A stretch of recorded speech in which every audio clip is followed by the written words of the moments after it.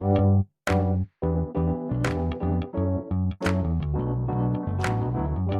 by Riverside.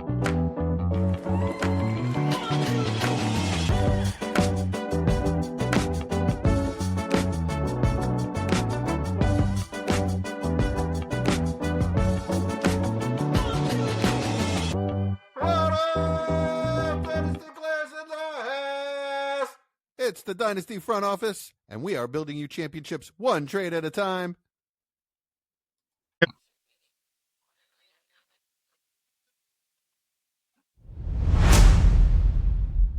Now it's time to start arguing. Time for wide receiver rankings.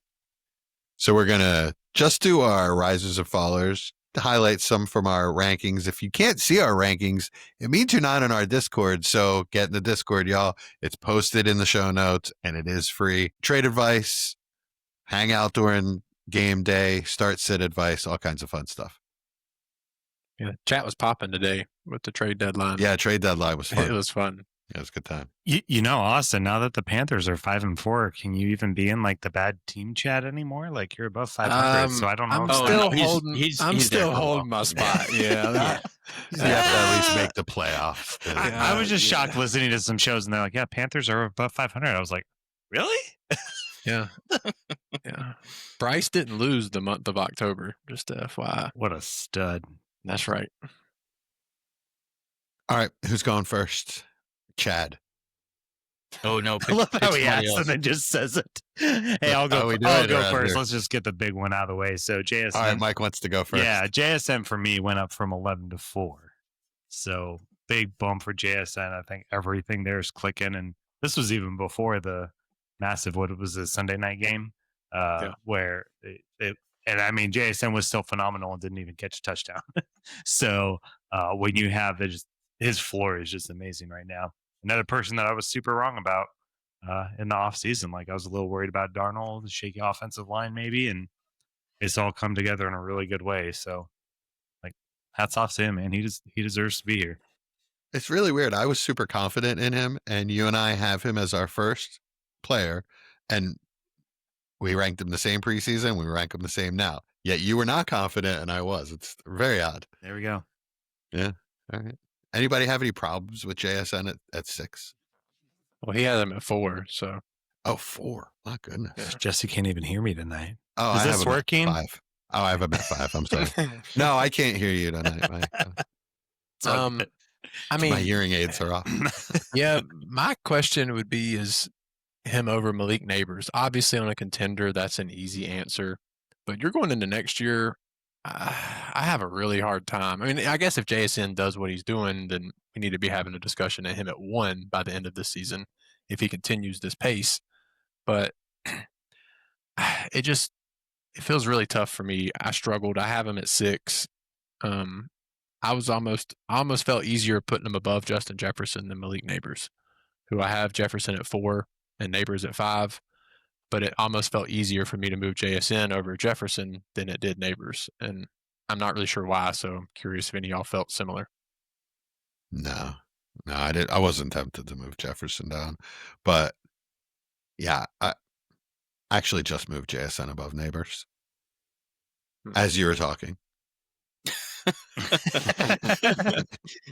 Yeah, I'm not there. I'm gonna need to see it for a full season just because I think the talent level is different with Neighbors, but and with Jackson Dart, maybe if I didn't believe in the quarterback, maybe if they were still struggling with Russ or something, then yeah, I think Neighbors would take quite a big hit, and JSN would have to leapfrog him at that point. But there's just too much there for me. So I agree. Yeah, Neighbors is the only player in the league that I could see being Jamar Chase. Yeah. In a certain amount of time. Yeah, it's exactly why I can't drop him any lower than I have him. He just feels like a different level player. Yeah, I agree. But JSN is showing that he's a different level player, whether preconceived notions allow that to happen in our minds or not. His reception perception is through the roof. He's just getting open on all levels. The hands are ridiculous. I mean, just not a yak guy, I guess. Like, he doesn't break tackles. I guess that's the only thing you could say that he doesn't really have that Neighbors probably does. Yeah. I think the reason why I just have Neighbors so low is because like 10 plus games in season and points in season, I think matter too. So like if you're missing it, then, you know, other people are getting points and you're not. And then, you know, there's a lot of casting on, you know, well, what's he going to look like coming back from the injury? What's he going to look like with Dart? Am I super worried about it? No. I mean, that's why I don't have him crazy low, I feel like, but that is Got him pretty low. that is still a question. Eight's pretty low. Yes, you got Drake London, who of course had a ridiculous game. But you know, having Drake above him to me seems pretty wild. When Drake gets hyper targeted, the Falcons win. So, like, hopefully I think he's just saying low compared to consensus, right? Not saying your opinion's wrong, which we might. Yeah, of course. Like, I think for most people, you have to probably give up a first on top of Drake to get Neighbors. Oh, maybe not after this week because of what he just did, but in consensus dynasty, I think you're definitely looking at a considerable plus. Yeah, I feel like healthy going into next season, lots of good training camp hype. Yeah, probably, but I feel like I don't feel like it's there right now. Can we talk about what an insane game that Drake London had, though? Yeah, I mean, that man played that's the ceiling all world right there. Yeah. Yep. And it wasn't just on the touchdown catches. No, He was making those catches all day, everywhere on the field. Yeah, we saw the ceiling. That's the ceiling for him right there, which is obviously phenomenal. Yeah, he's still my favorite wide receiver in the league. Like I say that every year. I love Drake London. As far as like if I could only watch one player play for the rest of my life, what Drake London does to me is so much fun. So I'm excited for him, and I think that is a realistic ceiling for him. I don't think that's a mirage by any stretch of the imagination. The guy is really, really talented. That's how I feel about JSN. That's funny. And we once traded them for each other. Mm-hmm. Oh yeah, we did. Jesse, right, I still won because I got 2 seconds. So, but I got Njoku, so it yeah, helped me at 2 seconds. But I won the championship with Njoku, so in my lineup. All right, who are we moving on to? Egbuka. I've got Egbuka up 16 spots to number 8. Spicy enough for you guys? Shoo! Gee. Yes, it is. I mean, we've spicy. seen the end of Mike Evans pretty much, right? And Godwin didn't look like the same guy and then went out immediately. I mean, he's the new hotness in Tampa. He's Baker's guy. The chemistry is amazing immediately. Did you see the thing where Baker was talking about his one-handed catch? He went up to him on the sideline afterwards and said, "Don't ever do that. Don't ever disrespect one of my passes again. Catch it with 2 hands." I thought it was awesome, and he was dead serious about it the whole time. It was like a Chad Mendoza moment. What? He was just messing with somebody with just a deadpan face. But he was totally not serious. Yeah, no. Maybe it was. Who knows? Any arguments against Egbuka at 8? Yes. Am I the highest? Oh yeah. All right, give it to me. Well, we just spoke about Drake London, considerably better player. I don't. Got him right behind Considerably better. They're just such different players. It's so hard to say one is better. It's considerably better. They're both extremely talented.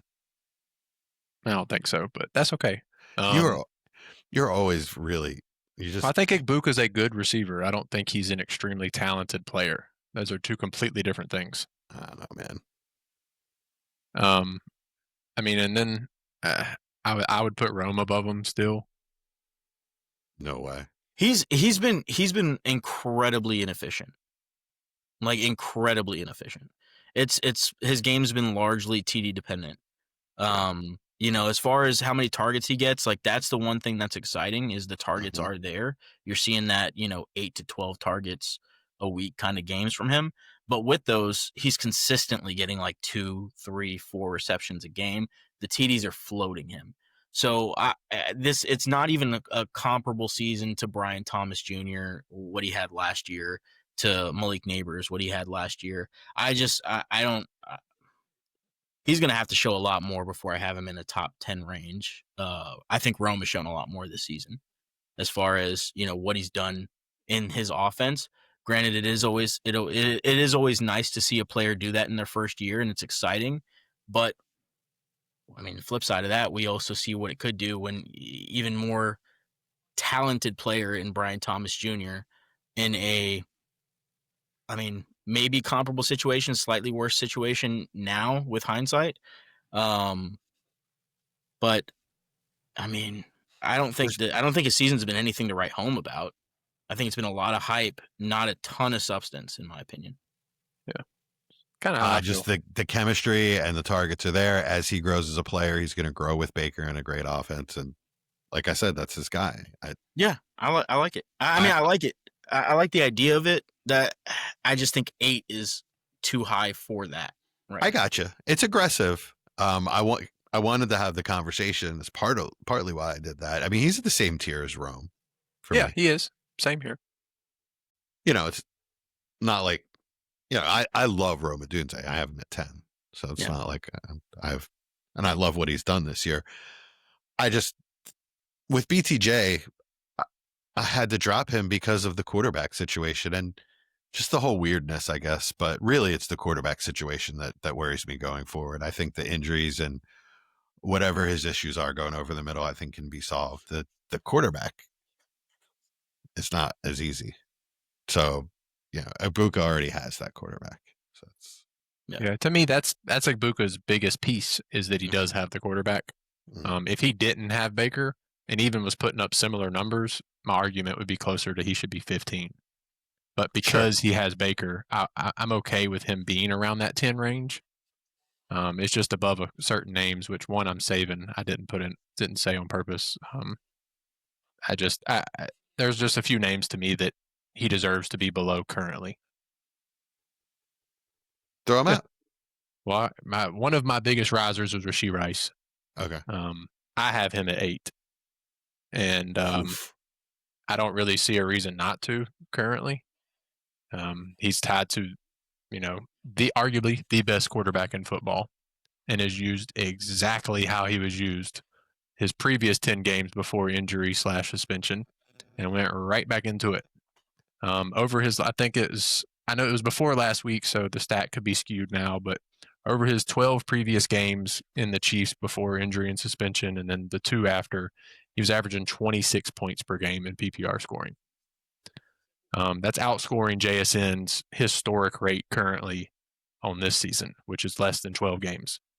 So if you're telling me he's with the best quarterback in football, is only 23 or 4, and is doing what he's done, he's that next piece that knocks up into that quote unquote elite tier for receivers.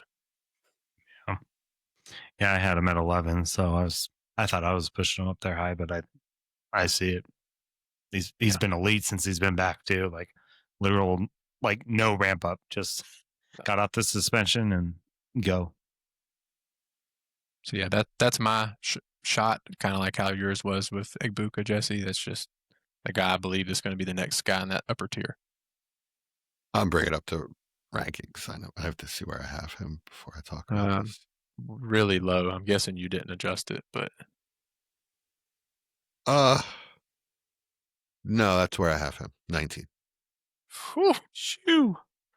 I would rather have every wide receiver, but looking at this now, I could get him above a couple of these guys, Tet and Travis Hunter specifically.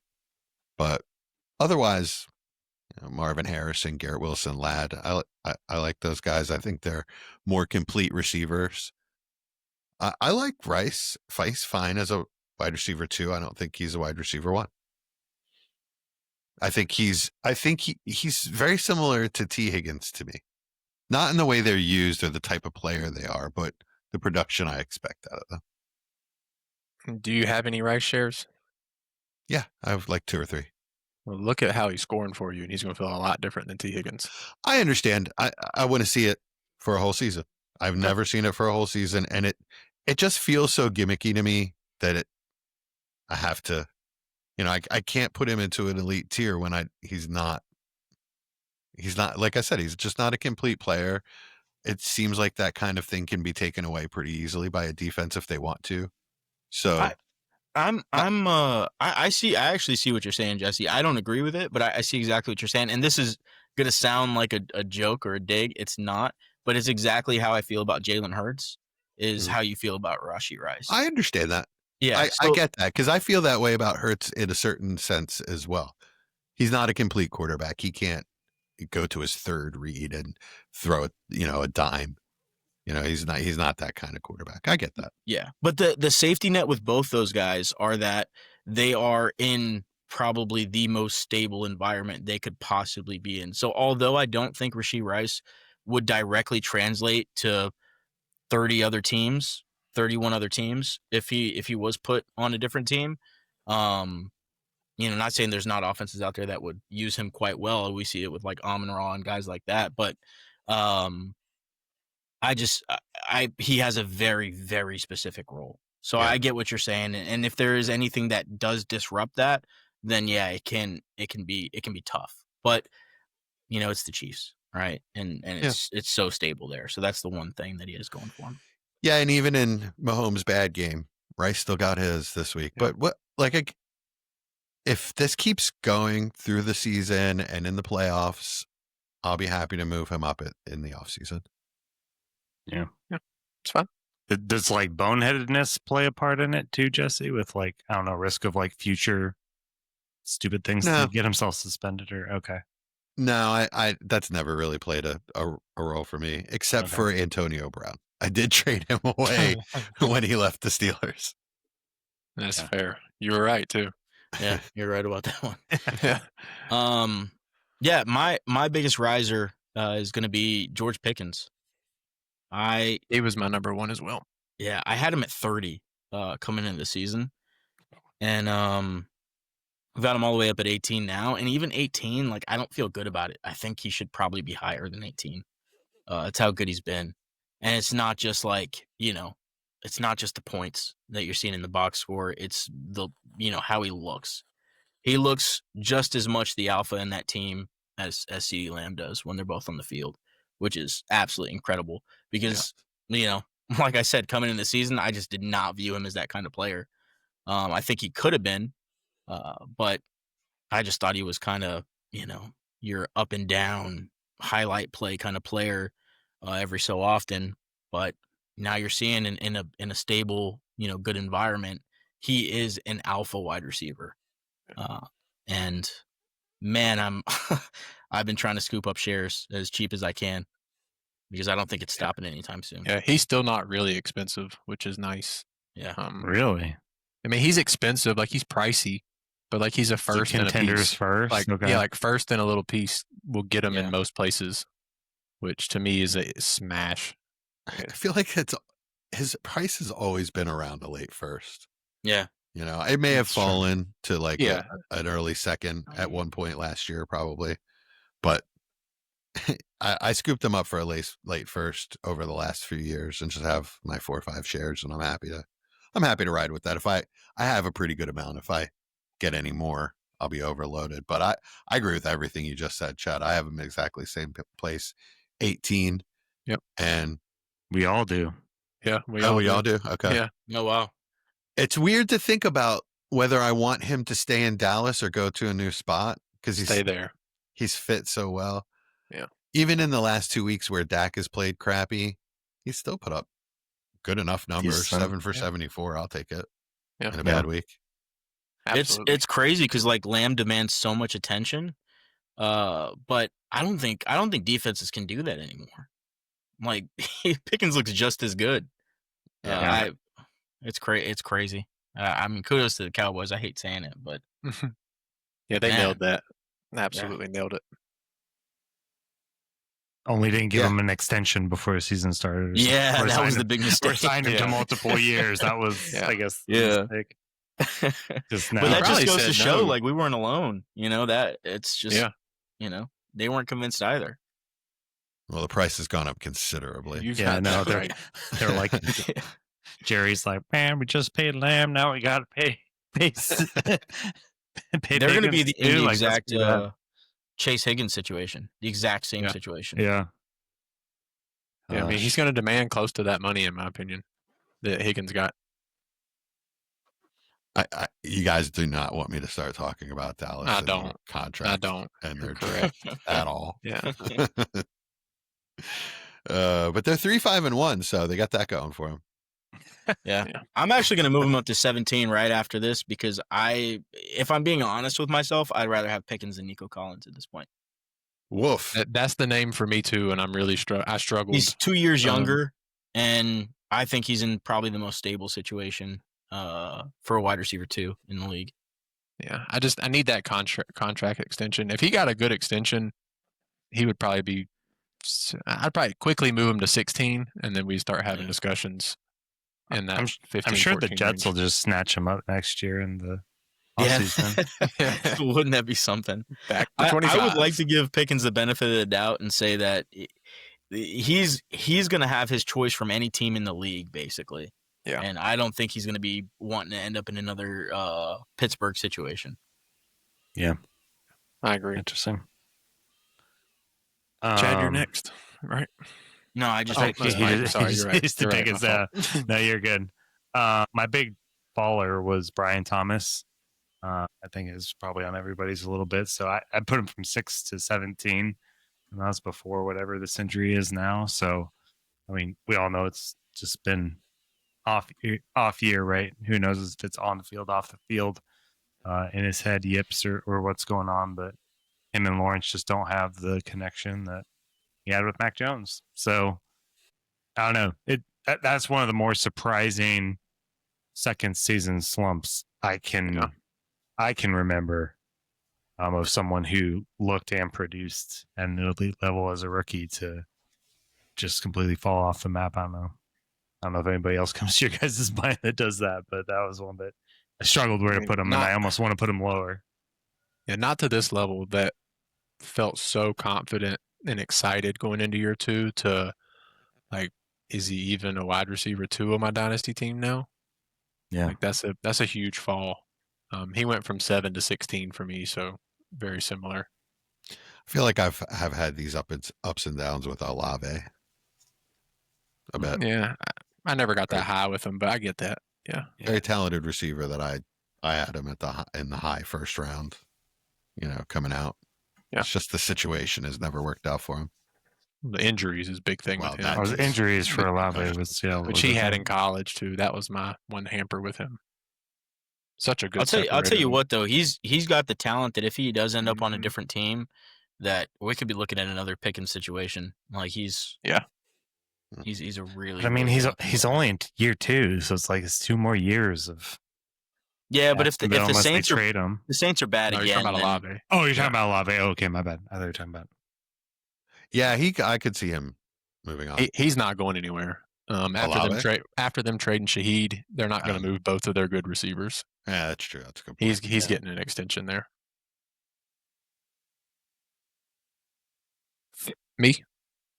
Yeah. All right. My biggest faller was, ironically, of course, he had a good week, was DJ Moore. He went from 24, which y'all said was too high preseason, and apparently was right, down to 33.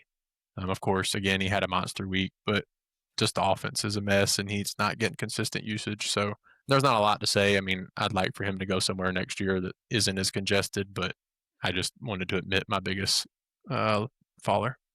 He had a monster week with gadget plays. Yeah, it was a passing touchdown and a rushing touchdown, right? Like,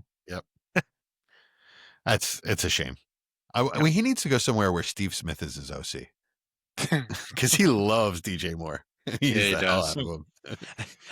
I saw the video this week of when he's asking if he should start DJ Moore, and was that DJ Moore's rookie year, and he's just standing off to the side. I love that video. Should I start this guy on my fantasy team? Is he good? I mean, he's on my bench. DJ Moore's just like side-eyeing him. It's kind of fun. Yeah, it's a shame. It's just they don't view him as a real wide receiver, apparently. It's just weird considering how much better the offense looks and what a difference a decent play caller makes, I guess. Yeah. In Chicago. Yeah. But yeah. I mean, it just goes to show situations so important for these players. Like, so many of these guys are talented. There's so many talented players. Mm-hmm. And if they're not in a situation that can, at least not even maximize, but at least just show their potential, you get such duds. That's where like I struggled when I was getting into like rankings, and I'm like, man, he's technically like a wide receiver 3 in the rankings, but like can do multiple wide receiver 1 weeks and super high upside. They stay healthy. It's pretty deep at receiver right now. I feel like It really is. I mean, there were guys that I didn't get on my top 36 that felt like I needed to bring up. Chad doesn't even have AJ Brown in his top 35. So I saw that. Yeah, that was an oversight. Yeah, that was an oversight. No, you should have said it was intentional. Dang it, Chad. I would have had him lower than you guys though. I noticed where that I didn't have him on my list, and I looked where you guys had him just now, and I would have had him a little bit lower than you guys for sure. I mean, he's my biggest faller. Yeah, Tumbled Let's all talk the way about down to 20. Preach, Jesse. Yeah, he tumbled down to 20 for me. Now I'm the high guy. Yeah, You are. Well, yeah. I think At you were the 19? high. Travis At Hunter. 19? Travis Hunter below him is kind of crazy for Dynasty it now? standpoint. I don't know. Yeah, for Dynasty. I mean, you're playing Yeah, Dynasty. that's I mean, I nuts, understand rest of Yeah. season's cool, but I'm not giving you Travis Hunter for AJ Brown. no way. no dude. way. I just took him with 103. It's not happening. Yeah. Yeah. And But AJ Brown yeah. must be 29. AJ Brown is very difficult because of his age and, his injury possibility, It's just like Shenanigans. yeah, right. And the crap he pulls with the media. I don't know. I did tell you guys he wasn't getting traded, right? Yeah. Howie came out today and said that there's a C on his chest for a reason. Like, he's not going anywhere. He's still a leader in the locker room. But just the usage, the offense is so weird and funky. The OC is just terrible. Last year it was fine with Kellen Moore. It was still a little scary that the floor in any given game is like 0. So Literally. Yeah.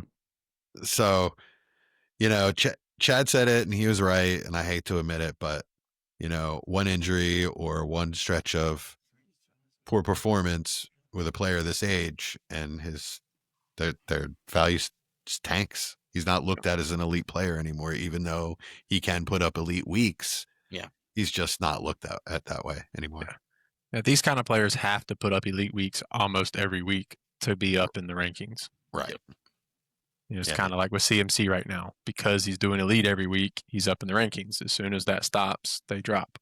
He's closer to Diggs and Devontae Adams than he is to, I don't know, Devontae Smith, or I really don't know who to compare him to above him, but like Travis Hunter, right? Yeah, like he's closer to that old tier of guys. He's going to be there pretty soon. Him and Waddle is kind of where dynasty value right now, I think, is very similar. Yeah, he's Waddle 3 spots lower. It's fine. One thing that I will say about AJ Brown, I think if you have him in your roster and you're competing, he's just one of those guys that's not going to be worth trading at any point. Like going forward, it's just never going to be worth it. So you're stuck with him. But man, if it's a good lesson for you if you held on to him and you're not competing at this point, because you got to be looking at yourself and saying, hey, I got to realize when these guys, even though I still might view them as good players, you have to get with consensus and understand I'm not trading to myself, right? So, I mean, heck, he was a hard move this offseason. I'm a contender in a league, and I was trying to move him and see what I could fish for him, and I didn't get anything I felt like would improve my roster. Yeah. So same. It's kind of been one of those guys you got to hold. That's when I like to play a little game where I go into trade calculators and I see who are the most undervalued guys in my opinion. Like, consensus aside, in my opinion, who are the most undervalued guys? Try to get those guys, because maybe your league is going to look at it and say you lost the trade, But you're going to be getting rid of a dying asset, and you're not left holding the bag, and you got a player that you like that you think will win the day. So, It's a good idea. Yeah. Like Waddle for you guys last offseason. Yeah, And exactly. that for me last offseason, that was Rome. I was trying to scoop him everywhere I could. All right, I guess up to me. Yep. Big follower for me was Ladd. He went from 10 to 15. It's not a huge tumble. I still think he's an excellent player, but he went from being the only good receiver in that offense to being one of 3, plus a good running game. You assume going forward. I mean, Austin doesn't, but the rest of us do. So you're not going to act like I hate him. No, I am going to act that way. We have him in the exact same spot in our dynasty rankings. You sir. literally burned his jersey last week. You saw An that? effigy. Yeah. Oh, dang.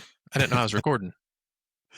So he's still, I don't think less of him as a player. It's just the situation has changed a bit to me to where I think it's going to be week to week.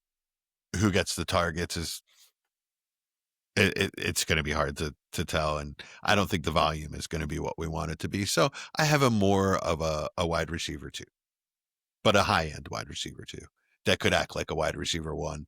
And if other people value him here, I would love to get him more of him. Yeah, I mean, I think that's exactly what he is. He's a high-end wide receiver too. It's what I thought the offseason, and it even didn't go well, and he's now producing what we thought he could, which is exciting. So, for it to not start good and then becoming better and better is enticing because it shows that the coordinator and the team believe that he is one of the better players. So that is exciting to see. It was just a perfect storm to start the season for him not to have that production. And even now they added a tight end that's going to earn targets every week, and he's still getting targeted. So he's going to have his role, but I agree, Jesse. It is going to be, pick your poison weeks here and there. Yeah, they've gone from not having many weapons to being pretty loaded. Yeah. I still think he's an alpha. I still think he's a wide receiver 1. I think he's by far the most talented guy in that offense. But I was also on the train that it's looking a little scary, and that's why my riser is Quentin Johnston. Okay, talk Quentin Johnston. From previously being unranked, I have him at 28, and that's probably low. So Quentin Johnston, he's shown it's go back to it. It's not just a box score, eyeball test. He looks like a good player. Yeah, and putting all the biases aside and what he's looked like in previous years, he's putting it together. It looks like when he's given a chance, he can go out there and make plays. I don't see any reason why he's not going to be a fixture in that offense going forward. I think they like what they're getting from him, and he's shown that over the course of a half season that he's gone out there and produced. I know a lot of people saw that 0-point game and we're like, oh, see, Quentin Johnston's exactly what. But I'm like, man, every wide receiver has these games. It's just because we have these biases coming into it. I think he's shown us nothing but positive things this season. I'm a little worried. No. I feel like I can never buy him, and it's too expensive now. I am a little worried because the snap shares have gone down in the last 2 games. And so I just don't know what that's about. I mean, speaking of being floated by touchdowns. Yeah, I mean he's got 6 or 7 on. But that's the type. I don't know if I would if you're looking at sleeper snap percentage, I would look into that because Ladd has the exact same. I mean, Trey Harris has been their main receiver in one receiver sets. He's outsnapped. I'm just saying Ladd's at like 50-something% in one of these games, and 60-something% in the other one too. Yeah. Well, that's what I'm saying is Trey Harris they're running a lot of 2 tight end sets, and Trey Harris is the wide receiver 1 that they're running out there, which is crazy to me. But they're not using their main 3 guys as often unless they're doing 2 and 3 wide receiver sets. Interesting. Yeah, it's interesting. I'll have to look into it after the pod because I didn't realize it until just now. So I have Quentin Johnson at 31. And looking at the guys above him, I think that's like the spot. Like I would rather have him than Matt. I mean, I'd rather have Matthew Golden, Worthy, Pearsall, Addison, Metcalf. I'd rather have all those guys. Well, maybe not Metcalf now I think about it, but I think that's a pretty good spot for him. From being unranked. So both of y'all were extremely high on Jameson Williams, especially Chad, and now you have Quentin Johnston ahead of him. Is it just because of what you've seen, or it seems crazy to go from a guy that you were talking about could give us wide receiver 1 numbers, which obviously didn't happen, and that's fine. But I mean, that's a big jump for a guy that I know you still believe in Jameson. I mean, we know that, and that's good. But Quentin Johnston. That's a big change for me. Like, tell me why Jameson isn't. Well, they're not. I mean, they're not far apart. It's just one guy. Yeah. I mean, they're both young players, and Quentin Johnston's just in a little bit of a better situation right now. I think Jameson Williams is a much better player, but I think Jameson Williams is a better player than a lot of the guys I have ahead of him. Okay. Yeah, I just wanted your philosophy on. I'm not trying to call it out. I just no, I got you. I'm just explaining. So if Jameson Williams was to if he was to leave the Lions, then he would make a massive jump for me. Okay. It's just shown that they don't intend on using him the way that they thought they were going to use him. Okay. Or the way they spoke about, using him. So it's one of those things where it's a projection coming into the season and you make adjustments and made adjustments. So I want to correct you that I was not high on J-Mo. I had him 23 in the offseason, which I thought was very high. My fault. Yeah, I was high on him coming out, but that fell off for me with the usage and the dumb crap he's pulled in his career. That's another player. I had him at 20. But you spoke of him very highly in the offseason. You did love the chance of him taking a jump. Well, yeah, I had him at 20. As I'm saying, Austin's not wrong. I was really, really high on him. I was wrong. It didn't work out. Well, I think Mike brought up the exact reason last week. It's because they're not throwing the ball. Yeah. It's similar to, on a much worse scale, the Panthers passing offense. It's not that it's not bad, but they're not throwing the ball. I mean, the Lions are a lot more efficient, but they're just not throwing the ball. And I just don't think it's as good. The offense isn't just quite as good. Yeah. As it was last year. Yeah. It's just so bad. Like he can't have this many stretches of, it's not just the receptions, it's the targets now. We're talking about he's probably going to end the season with,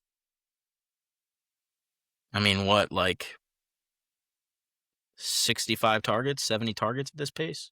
Oof. Yeah, it's rough. Like it's going to be bad, like really, really bad.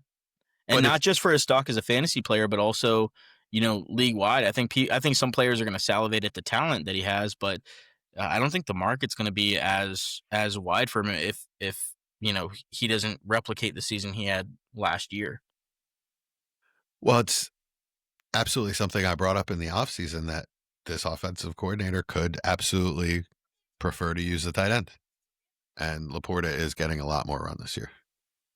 That's true too. I mean, Jameson's not going anywhere, so they just signed him to that long extension. Right. Oh, I forgot about the extension. Yeah. So, right. But I mean, they did have the trade talks and everything. Yeah. Or the trade rumors pop up quite a few times now. I don't imagine that he's going to accept the role that he's in right now. Yeah, I don't disagree. Let's see him get a little louder. Who's up, Mike? Yeah. This is my last one of players we haven't discussed. Moved Rome up from 16 to 10. Just really like his role this season. Obviously, he's coming off a 0-point game and a game where they have 600 yards of offense, which you want to talk about outlier. I think that's about the biggest outlier there is. He dropped a touchdown in that game. Yeah. So, but he only had 2 targets? Isn't that right? 3, yeah. I think. 3. Mm-hmm. Okay. Yeah. So obviously, I guess the Bengals are just doing everything to try to stop him. Maybe I don't know. They didn't want to cover anyone else. Well, yeah, they do have one really good corner. Yeah.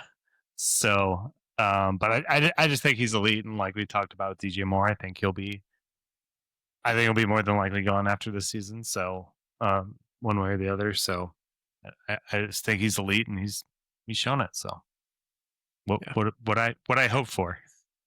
He went from 18 to 10 for me.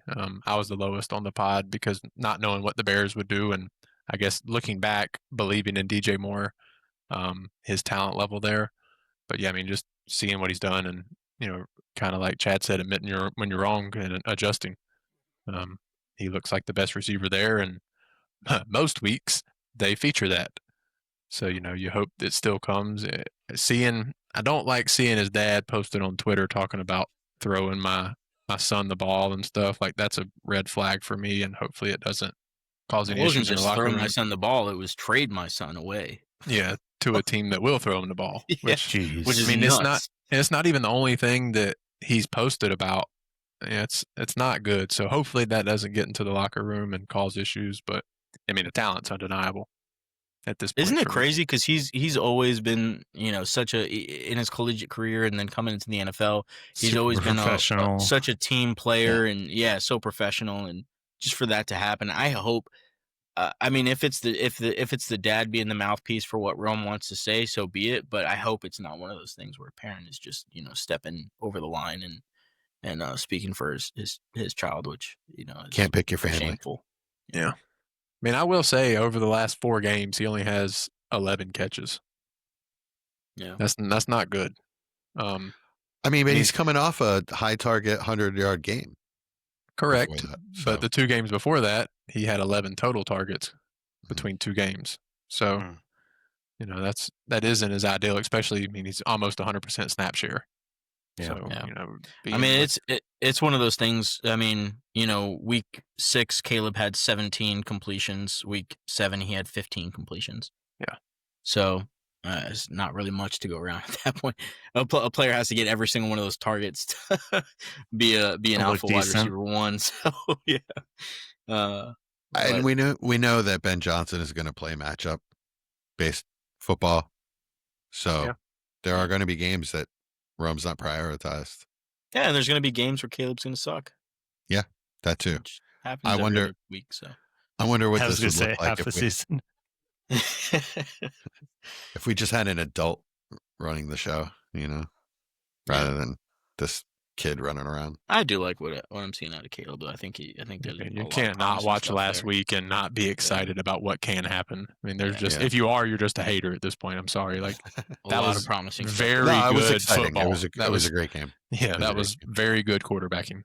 I mean, you do have to a huge grain of salt. Like Cincinnati, I mean, it's is just a game, of course. legitimately the worst defense in football. They're worse than Miami. They don't even have the ability to nut up and get some pride and play a good game. They just don't. That last play to Loveland was just. I mean, I felt good for the Bears because they should have had that game won anyway. But man, that was just. Yeah. There's no words. There's no words for how sloppy that tackling is. I'll give my second to last riser, and that was Puka.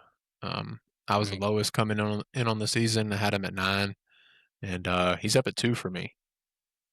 Nice. I don't really see a reason not to. He's just absolutely dominant every week and has been for the majority of his career at this point. So, other than the Stafford thing I brought up a month or so ago about being my one worry, outside of that, it's just automatic week in, week out. Yeah, I got him up at 3, so I'm there with you. Man, I don't know, guys. I saw him last season, and seeing him this season. If he wasn't Puka Nacua, like if he wasn't drafted where he was, if he was drafted where JSN was, or had the hype of JSN coming into the league, he'd be everybody's wide receiver 1. Yeah, he would be mine right now if it wasn't for Stafford. It's just Stafford for me.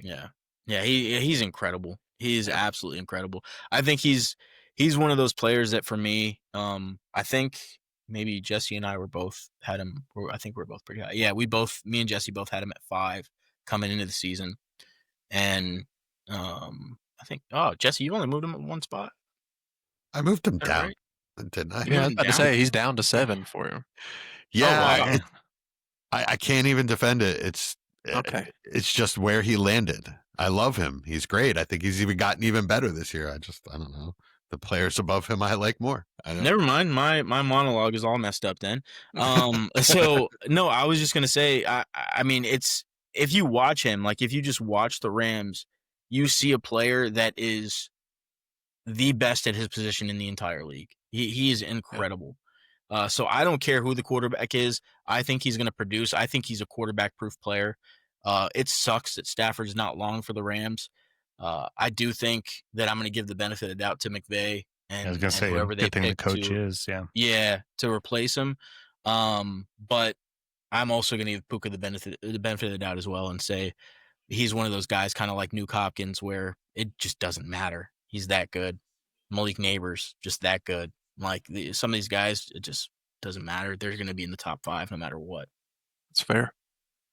Yeah, you want me to put him up to 1 is what it sounds like. It's hard with Chase. It's hard with Chase and Burrow, you know. But Yep. It is so hard. But yeah, I have him at 2, so I don't knock you for that. I mean, I can't move Jefferson or Lamb down. I can't move Jefferson for me with that situation. I think my top 7 receivers are all tied. Yeah, I mean, it felt like a tier of Yeah. 7. For me, that is one tier. Yeah. 1 through 7. Yeah, I can't disagree. it's a lot muddier than it was coming into the season. That's for sure. Yeah, which is a good thing. I think a lot of positions are a lot muddier than they were coming yeah. into the season. This has been a very odd year, Yeah. which is great because it was a really good year to have your own opinions and not rely on consensus. And I think the people that Agreed. did that and they stuck to their guns and they said, "Hey, I think this player is talented. I think that talent's going to show through." Whether that was Jaxon Smith-Njigba, Rome Odunze, Amon-Ra, Puka Nacua, right? Like some of these guys that people were a little bit lower on just because of maybe the profile or their performance year one. If you stuck to your guns, you believed what you believed, you're reaping the benefits now. Yeah. Let's see. Do I have any more? I have one Actually, more, I'm going to forgo my last one just to hear Austin and Chad talk about Nico. What has you guys? So is it the injuries? Is it the quarterback? Is it the offense? It's not the player, Yes. right? Yes. I was going to say the It's offense. everything I you witnessed said. firsthand, and yes, it is. It's bad. It Okay. is really bad. And now that Stroud is out, I mean, probably concussions to 1 week, but it is a little bit baffling. And he also just hasn't been that good this year. I mean, I had these guys all in a big tier after that main tier, so he just went to the bottom of it for me. It's kind of because of the production with the age, about to be 27. A lot of these guys are 22, 23, 24, producing better. Yeah, He's about to be 27. Yeah, yeah. He's really? He's the only out player so in that old, yeah. tier I do not want on my roster at all. Like I just don't want him at his value. I if anybody wants to give me fair value for Nico, if you're in a league with me, and you see I have Nico Collins, send me a fair trade. I'll take it. Wow. Yeah, and I get it. I also do believe that he can turn it on at any given moment because he is that level of player. But what we've seen so far with the age there, it is quite worrisome. I know one of my bold predictions before the season is he would be wide receiver 1 on the season. So obviously I believed he could do it. It just hasn't turned out at all. Yeah, I mean he's as close to wide receiver 1 as he is to wide receiver 100. Almost. So yeah, that was a bit of 35. hyperbole, but You're yeah. not far off. That's the problem. Here's the thing, right? It's the AJ Brown conversation. Do I think Nico Collins is a talented player? Yes. Do I want anything to do with that talent? No. Because the window for him to turn it around is, as Austin was saying, that window is shortening and shortening and shortening to the point where if you're left holding the bag, you're donezo. That's your value you're never seeing again. So for me, I don't want to be that guy. I'm taking fair value. Maybe he turns it around. I don't think it's a foregone conclusion that he will. But let's say even this season he sucks, and the next season he turns it on again. You have a 27-year-old wide receiver that, at that point people are looking at in a different light than they were, at 25, 26 even. So I'm just not something I'm willing to take the risk on, especially at the value where you have other guys that you can get in on, like Marvin Harrison Jr., even George Pickens, Chris Olave, guys like that. I'd rather take the risk on those guys. And that age really snuck up on me. I didn't realize he was that Yeah, old. he came in older and then took 3 years to produce. Right. So Yeah. I'm going to have to take a hard look at that ranking. yeah, it sucks because I felt like this was the year that we could have seen a huge boom from him. But now that age creeps in. So if he doesn't produce this year, like Chad said, he's never going to hit that ceiling in Dynasty. Never. And it also sucks because we've seen, I think repeatedly, that if CJ Stroud gets protection, he lights teams up.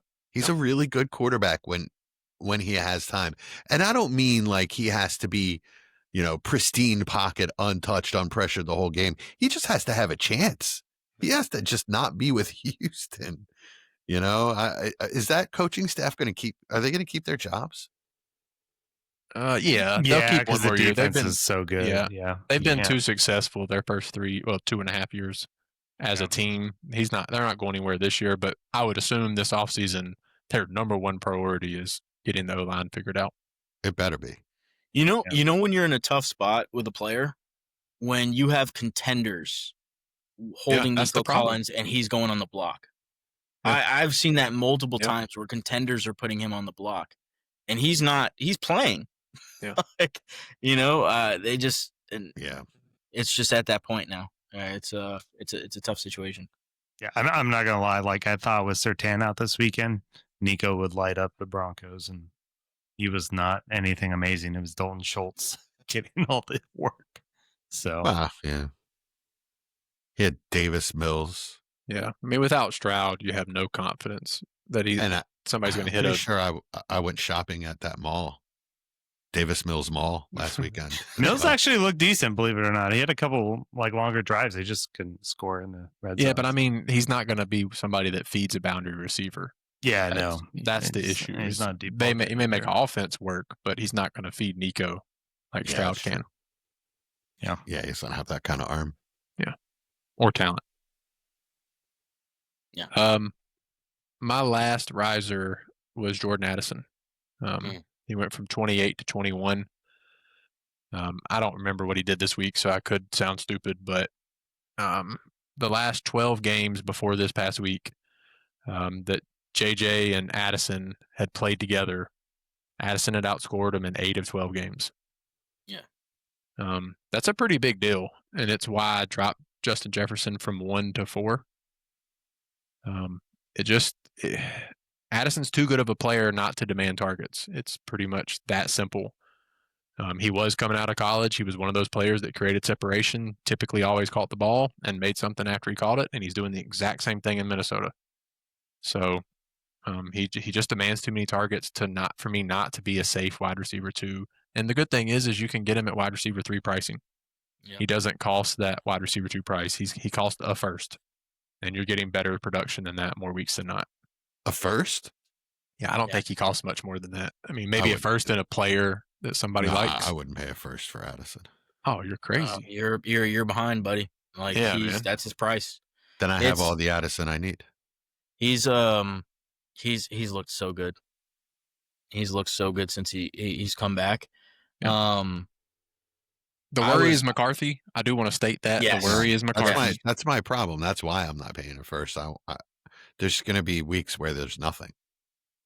But there hasn't been. That's the thing. Is I mean, he's like we've had the the kind of slowdowns where we see him get 4 targets a game, but he's just such a big game player, like a big play gamer. There you go. Nice. That he's liable to either score a touchdown because he's so good in the red zone, or he can get that one big play. That's going to get you a little bit of a set of chunk yardage there. So I like him. I like his floor a lot. He's exactly what I thought he would be coming into the season. I think I had him 22. Yep, you did. And I moved him up there. one spot. Yeah, I moved him up one spot. So exactly what I thought he would be is what he is. I really, really like him. And I think if McCarthy does work out and they just start throwing more, that's the missing component. He can see a pretty decent value spike from here too. Yeah, just two catches for 48 yards this week. Yeah, but that's what I'm saying. Even in the down weeks, he's going to have those big chunk plays because that's the kind of player he is. I guess, I have him one spot above Ricky Pearsall, who I would give a first for. So I guess in theory, I'd give a first for Addison. Oh man, I'd take Addison over Pearsall all day. Personally. Yeah, I mean the thing that sold me Pearsall's was not the stat playing. with him and JJ is he's outproducing JJ more weeks than not when they're playing together. I mean, there can be different variables, sure, and like I said, McCarthy is the big question mark here.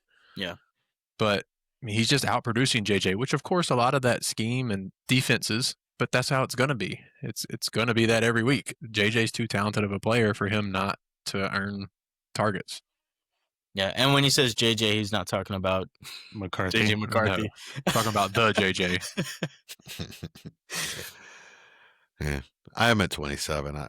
I'm not quite as high on him as you. I just, in the past, I've seen him disappear for weeks at a time. I mean, he's only a third-year player, so this is the thing, though. Like, I just don't. I see him always ranked in that range, 27, 28. He's never been a 27, 28 ranked player. Like he's always consistently finished above that. His PPR finishes are 23, 21, and then this year is looking like it's going to be better on a per game basis. He missed those 3 games, so it's going to be skewed. But he's one of the safer floor players in the league as far as Dynasty is concerned. Yeah. He's always in that 15 to 21, 22 range. So you'd rather have him over Pittman? Yes. Yeah. For me on a championship roster, he is like the perfect first flex. I have my hopefully 2 to 3 stud receivers, and then on my first flex spot every week is Jordan Addison. Yeah, that's exactly what I see him as too. Which is great for a winner. I mean, you can go by with him being your 2 or 3. Obviously, you got to have a really good roster outside of that. Mm-hmm.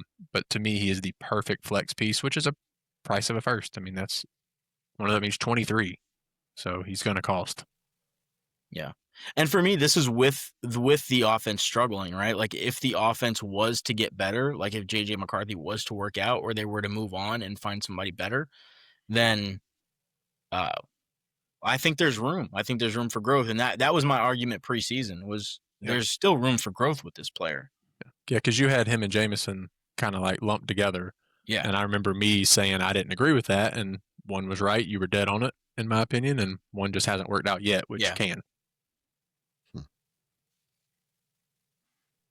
I just, like I said, it's the fear of those weeks at a time stretches where he disappears and I lose confidence that I can even put him in my lineup. Yeah, that's fair. I mean, it's kind of how I viewed Devonta Smith at this point. That's exactly who I was going to say. I feel like I've always felt those two were like interchangeable with. Yeah, very similar player. Not really similar style players, but very similar. Just similar situation, production. Yeah. One's just 4 years younger at this point. Wow. Well, and I think the only difference for me is that 2 differences: the age that Austin just said, and then also the surprise factor of the offense. Like we don't know what the Vikings offense is yet. Like there is, as much as people want to discount JJ McCarthy at this point, there's still room for growth there. Oh, yeah. With the Eagles, I just never see them being a pass-dominant offense where, Hurts is going to go out there and throw the ball 40 times a game. I just don't envision that ever happening. Yeah, agreed.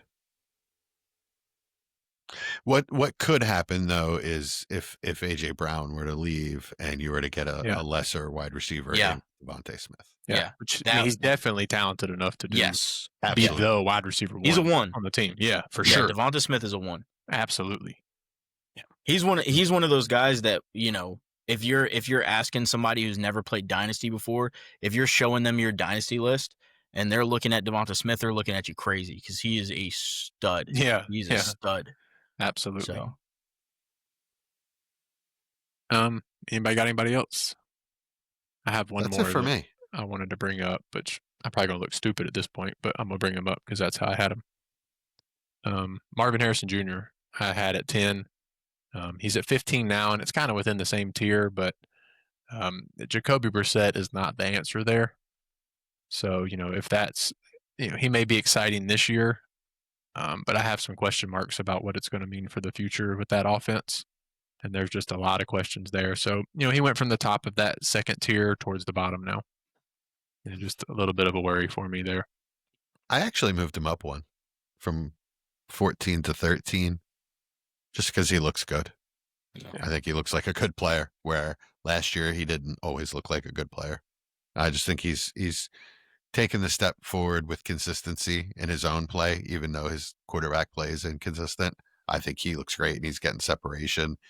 He made a receiver or defender fall down in the end zone the other night. Over his own 2 feet.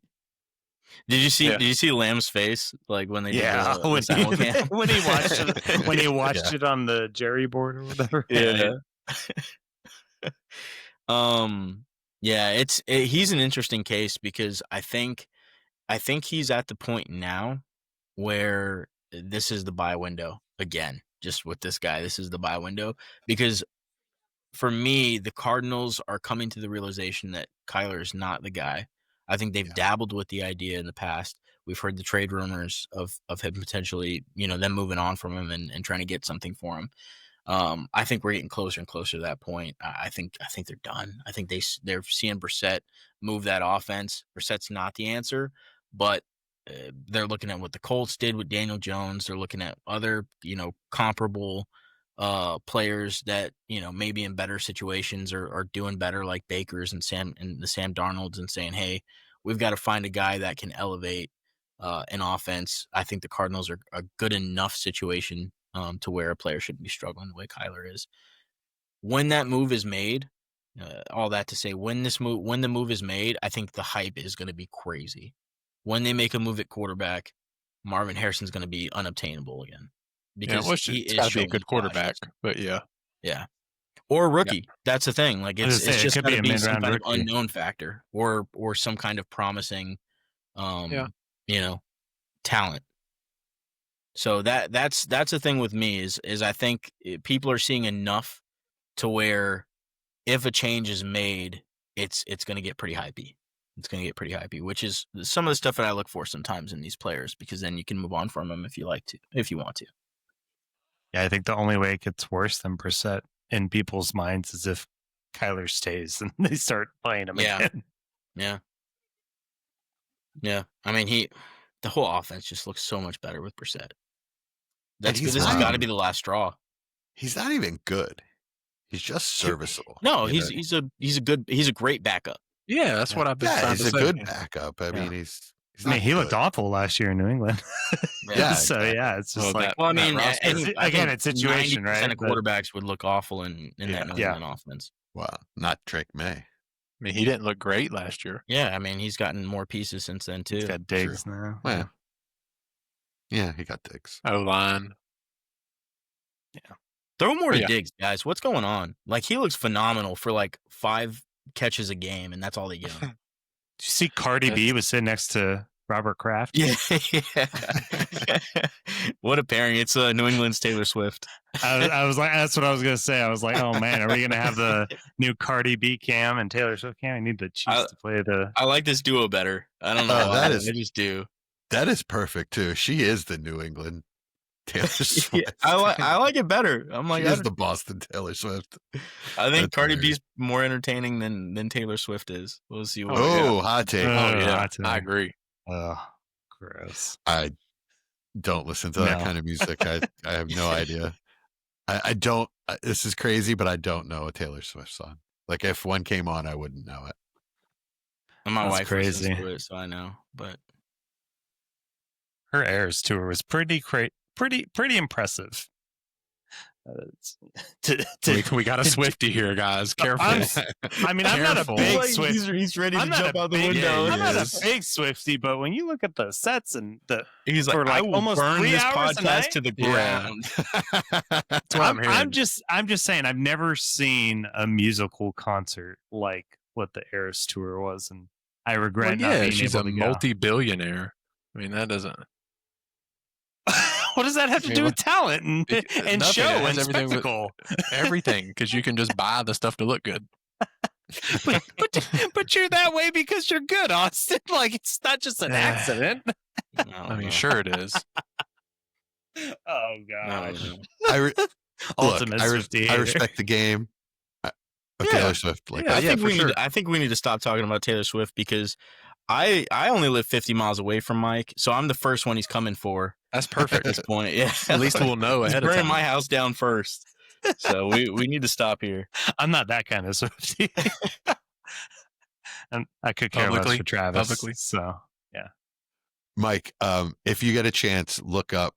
Since we're in the overtime at this point, if you get a chance, look up. They did an SNL sketch about the K-pop demon hunters. It's pretty funny, actually. yeah, no, It's I like watched if it. they were just like in real life hanging out with people. Did you see the video I sent y'all of George Kittle freaking jamming out Yeah. he's jamming Yeah. out during the game? And he loves it. And I love George Kittle, so I'm here for it. Good taste. Taylor Swift and K-pop propaganda will never end with Mike. There we go. They'll do a collab. You can see it now. I believe it.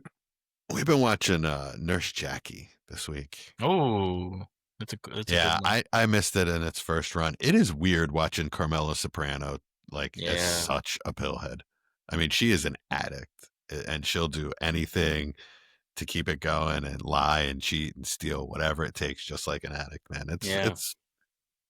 It's a fun show to watch, but at the same time, it's hard to watch Carmela go through all this. Yeah, it's like the less successful House. Oh, I've never seen that. Yeah, that's You never actually seen a really House? good comparison. No, I'm not really a medical drama kind of guy. Oh, House is great. That's one you should is watch. really That's a good one. Yeah. That's Okay. probably the best medical show ever made. Okay, House is awesome. I'll check Yeah. it out. Maybe. Probably not, but it's okay. If I the could see wife- Chad acting like House if he was a medical doctor. With some of Absolutely, his sense of man. humor and stuff. Yeah. Heck yeah, That's House a is good one. awesome, dude. He's a mentor. I hope not. Kind of like Ryan was in Chemistry. biological chemistry. Biological Organic. chemistry. Organic, yeah, close. Yes. Organic, biological. Yeah, same thing. Synonymous. Oh, and Father Intantola is on that show too. You know, the guy Yeah. that Carmelo almost slept with. Yep. There's something about him that is just so creepy. I don't know. If it's his face or whatever, or the way he acts.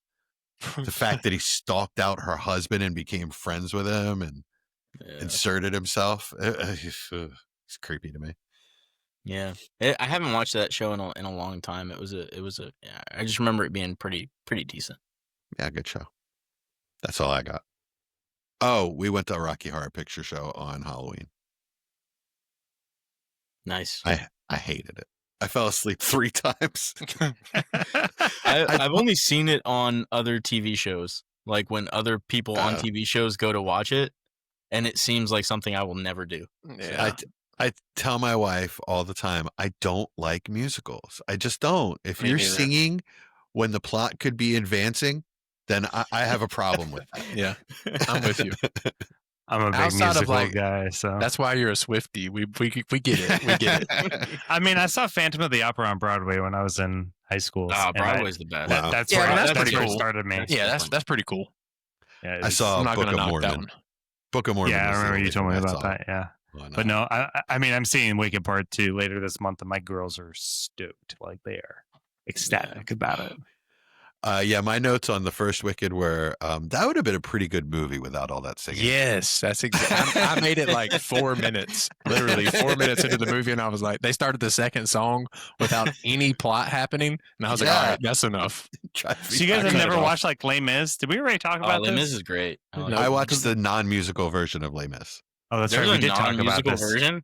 Yes, But- there is. It's pretty good, But actually. Hugh Jackman, and Eddie Redmayne, and oh man, it's so good. Hugh Jackman can't really sing though, so it's interesting. I was gonna say, Yes, he he's- can. Wolverine's a singer. What? He's on Broadway.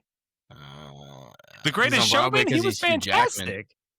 He can Uh, sing. No, I've never Oh, made he's it. not He's not Broadway level. He's not Broadway level. I'm gonna sorry. It's just, strongly disagree. he's the weakest part of Les Mis. Austin, let's see if you're if Oh. you're totally with me. I've never made it. Okay, through he's more not. than- Russell Crowe is the weakest part of Les Mis. I don't even want to hear you besmirch. Oh yeah, Hugh Russell Crowe Jackman was there. pretty Like, bad. That yeah. was awful. But Russell Crowe is also Russell Crowe, so Well, you just said the same thing about Hugh Jackman. yeah, but Russell Crowe's different. Russell Crowe is there because he's Russell Crowe. Austin, do you like The Nightmare Before Christmas? It's My family growing on loves me. it.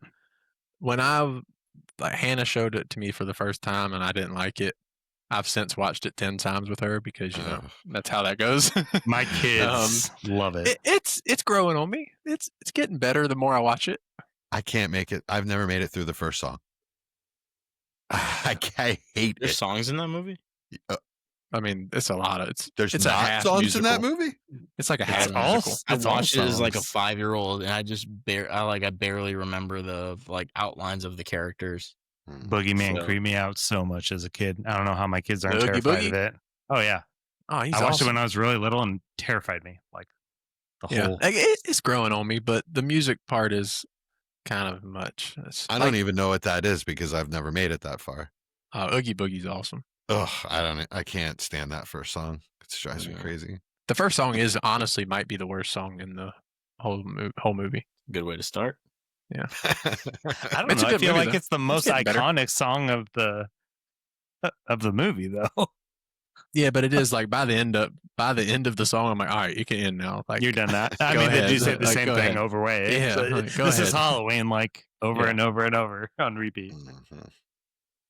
Now my musical is like Lion King. Like that's my level Yeah, of I like The musical. Lion King. Lion King on Yeah. Broadway was great. Never Again, done that, though. but I like the one where they didn't sing as much. they have that. The cartoon one. Yeah, they don't Yeah, the sing They much. sing. Yeah, they do. They sing there. Yeah, they sang. That's what I meant anyway. By yeah. the way, Oh, like, okay. that was what I meant by Oh, my Chad level of talking about the musical. Broadway one. Yeah, Oh no, I've never seen a musical live. It's Like a I mean, real it's one. it's a great show. No, if you, It's a like cool legitimately, experience. if you ever get a chance to go to Lion King on Broadway, Yeah. it's really good. I would go Well, to one to say I did. Yeah, sure. when I Hamilton's. I'm sorry. Go ahead. no, I was gonna say when I saw Phantom, like stuff that they were actually able to do on stage, visual effects wise, Yeah, I it's was like, cool. "Oh, this is crazy! Like, how do you do this? Looks Yeah. like I mean, it I should be love a seeing movie." talented people do talented things. So like, I would like it. It's just musicals aren't really my cup of Yeah. tea. Yeah. It's Hamilton definitely was- it's like hockey, right? Like you watch it on TV, you're like, oh, this sucks, and then you go in person, you're like, Yeah, okay, I get it. That's fair. You know? There is I get such it. a disparity between hockey live and on TV. Yeah, yeah. It's like a different just sport. So good live. It's a different sport. yeah. Yeah. I mean, you Yeah, can feel the board shaking and stuff. It's great. one of my really good friends, he's the biggest Tampa Bay Lightning fan ever, and I used to watch games with him like in his garage growing up. I'm like, bro, like I'm gonna end our friendship. This is this is awful. And then he paid for me to go because I kept refusing to go to a Lightning's game, and I think it was like they were in the playoffs or something, and it was one of the best sporting experiences I've ever had. It was freaking awesome. If you ever get the chance to go to a legitimate hockey game in the NHL, just do it. It's I need to go to a fantastic. Hurricanes game. They're 45 minutes for me, and I haven't been since I was a kid. Yeah, I went when I was living in North Carolina. I went to one. Fans were super nice, and granted, they did kick our butts, but the Avs, but that game. But it was a really cool experience. My son loved it. I'm a former Flyers fan. I don't mess with that stuff anymore. Gotcha. Yeah. Oh, I should probably bring it up. I watched the new season of The Witcher without Henry Cavill, and it is not great with I the refuse. other Hemsworth brother. It is not. No, it was a waste. When the season ended, I was just like, okay. So like, I'm just sucks. ready to move on, which really was disappointing to me. So, I didn't think he was like awful, terrible, but I was just like, I don't know. It just some of the other acting really sucked in it too. So I was like, yeah, this TV show's really gone downhill. Yeah, This I'm one- I'm catching up on not catching up, but I'm rewatching Stranger Things. I just started with my son Yeah, because he wants to watch it for when the new one comes out. Yeah. hmm So I just Yep. started, and it's good watching it again. I was like, oh, I forgot. That's all such a this. Isn't good it so show. funny how much of the plot you forget? You're like, like, oh wait, this happened in this season. What's going on? Oh my! We're at like episode Okay. 2, and a guy gets shot in the head, and my son's like, "Whoa!" I'm like, "Hey, yeah, welcome to Stranger Things." Yeah, it is such a good show. It's one of my favorite shows ever. Yeah, I'm excited for the last season. Me too. I'm pretty stoked. Oh, it's the senior living years, right? They moved Well, into they're the gonna retirement be- homes. Nah, I mean, What? they're going to be like he's saying Oh, because so it took them that's a so joke. long. Yeah. Millie Bobby Brown has a kid. Huh? Does she? No. Yes, She does not. She adopted a child. That's Okay. Oh my god! She's old enough to adopt a child. Yeah, but Yeah, she's I mean, 22. she's old enough for a celebrity adoption because Are they she's going to change her rich out name? of her To, mind. are they going to change her name to like 47 on the show Yeah. to match her Um, age? No, so I I think it was my dad. I was when Stranger Things first came out, and I kept telling him, I was like, "Oh, you gotta check this show out. It's called Stranger Things." Kept telling him, "Check it out, check it out, check it out." Finally, he watches it, and he watches a movie called The Stranger, and apparently it's terrible. And so he comes back to me, and he's like, "That was awful." And I was like, how was that awful, man? And it's got the 80s vibe. He's like, what are you talking about? None of this happens in the 80s. And I'm like, okay, did there's some not kind of watch that. disconnect going on here. And it took us a while to figure it out. But he watched some movie that was like really bad, That's awesome. apparently. I don't know what it's called. I watched Primal Fear for the first time with Richard Gere. Oh, I'd never seen it. that's a good movie. It was really good. Yeah, good job. Yeah, Nice. that was a good one. Now you got to move on to Cape Fear, and then there's just Fear. Those are all good movies. Are you playing with me or? No, I'm serious. They're all Okay. 90s movies. There was a whole fear genre of movies in the Okay. 90s, and they're all good. Okay, I'll do it then. Yeah, that was really good. Great plot twist. Great story. If you haven't seen it, definitely should watch it. Nice. Yeah, I have. Yeah, great movie. I knew you had. You were like 30 when it came out, so Yeah. I knew Ed you had seen Norton. it. Young Ed Norton's in it. Which is Yeah, awesome. yeah, sure enough. Always fun seeing him. All right, gentlemen. Anything else? That is all. I'm glad we kept it to Nope. an hour. We did good. We did not. Oh, one more thing. I got to shout out my 2K boys. Said they've been listening, so I appreciate them. Guys I play Nice. 2K Shout with. out. What's up, What's guys? Awesome. I was a 2K boy, but I got cut because I sucked. No, you just quit getting on. That was the problem. The invitations just stopped coming. And I was like, I know. I kept missing the threes. That's what did me in. All right, y'all. We have a new intro coming. It didn't happen this week. Technical stuff, but we have a new outro. So this has been the front office, and enjoy the new music from our boy Jamie Puig. Ladies and gentlemen, welcome to the front office. The lights are low, the boards are lit, and the Dynasty clock is ticking. From the heart of the startup draft to the championship throne, one crew rules the long game. Give it up for the undisputed architects of empire. Dynasty front office. Sycamore. Time for. Let's build. Live. In the war room where the drafts ignite, Jesse Schneeman steps up to the mic. Horse with the vision, sharp as attack, building empires from the startup pack. From trade bangers weekly, it breaks them down fine.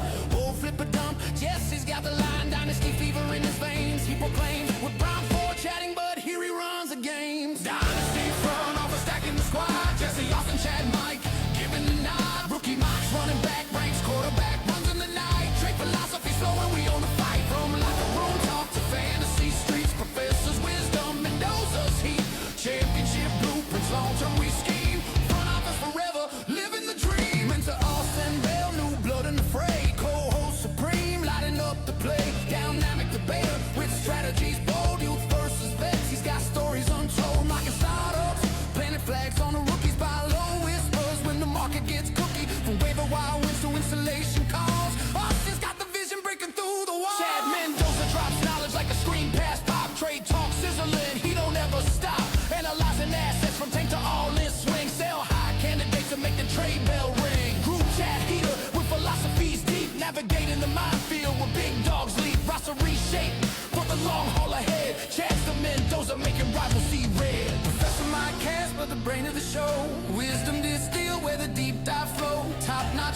player values he weighs. From trade room wars to championship days. Ohio State backs, he maps every route. Texas talents, Casper's got the scout. Lock onto the margins, flip moves with finesse.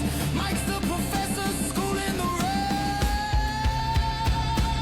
Together they mock 2 rounds or more. Preseason ranking settle in the score. Technical glitches, they push right on through. Making the world better for me and you. Dynasty front office, the brand that's known from year 1 builds to the Dynasty throne. No lopsided deals, just pure strategy gold. Front office fam stories still unfold. Dynasty front office stacking the squad. Jesse Austin, Chad, Mike giving the nod. Rookie mocks running back ranks, quarterback runs in the night. Trade philosophy's flowing, we on the fight. From locker room talk to fantasy streets. Professors, wisdom, and dozers heat. Championship blueprints, long term we scheme. Front office forever, living the dream. Dynasty crew. The board's gone dark, the trades are sealed. Rosters locked, the future revealed. Jesse signs off with a smirk and a nod. Dying fool forever, go in your squad. Austin hits end on the final mock. Chad's last heater just rang the clock. Professor Casper closes the book. One last lesson, take one last look. Hold the line, flip the script, stack the chips. Let it rip.